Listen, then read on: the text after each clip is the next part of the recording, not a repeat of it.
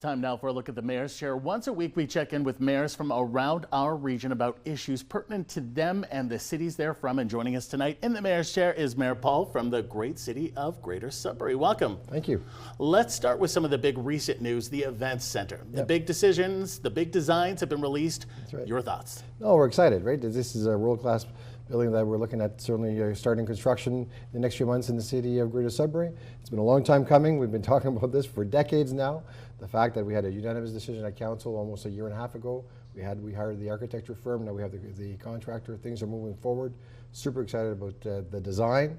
And what we had to obviously, we make sure that it's accessible. It's obviously a green building as well. We make sure that we had some great consultation with our Indigenous partners and certainly giving us some feedback in the design. It's all blended in. So this will be a world-class facility in our city. So we're super excited to move forward with that. Historically, I don't think there's a lot of Sudburyans who will disagree with me. We've had a issue with major infrastructure projects of meeting targets. That's right. How is that going to work with this arena? No, I'm very confident. Like we talked to the contractors and as well as the architect. We had set a budget and we had set certainly the parameters that we wanted 5,800 seats, as well as if we have a concert, 8,000 capacity. And we're looking at a date of spring, summer of 2028, and everything seems to be that we'll be able to meet all of our targets. How assured are you that the city too, one of the big sticking points for a lot of Sudburyans, because this was like a 50-50 issue that split the city, was the debt repayment. Can we do this? I mean, is this going to be a big project for the CFO when I'm thinking about figuring out how to pay all of this back and not lump it, say, as you know, I'm a new property owner on the property tax owner? That's right. Well, that's what that was the goal from day one. Certainly we increased the mat tax, so those are the hotel folks that are coming into our city.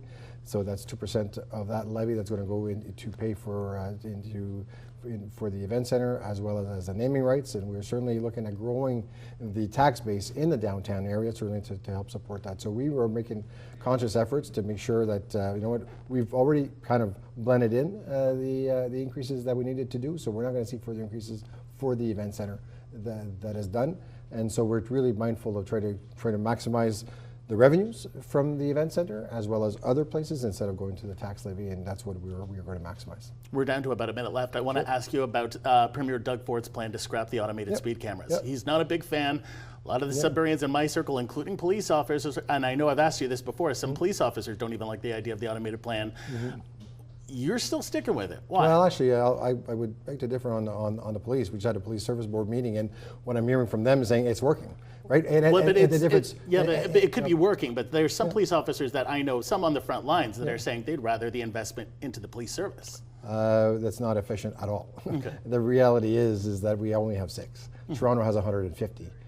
Ottawa has over 85. We put them in school zones to make sure that we are trying to keep our kids safe.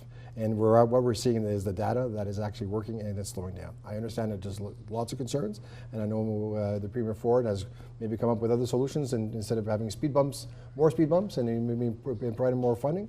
I'm looking forward to that discussion as to how we can certainly ensure that road safety is a top issue in our city. I hear that all the time from constituents. Actually, we're getting calls from folks saying we want speed cameras in our area because we're aiming for school zones, make our kids safe, as well as areas where people can't even get out of their driveways because the people are zooming by. It's a 50-kilometer zone, yet they're going 80 and 90. That's why we're just trying to get people to follow the speed limit to keep our roads safer. And know what? They're going to get to the same destination within a minute or a minute and a half, maybe more, if they follow the speed limits. And again, I'm hearing from a lot of folks that road safety is top of mind.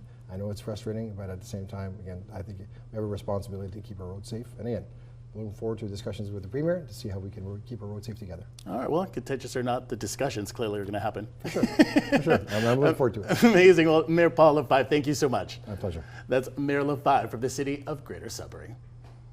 Thanks for that, Ian.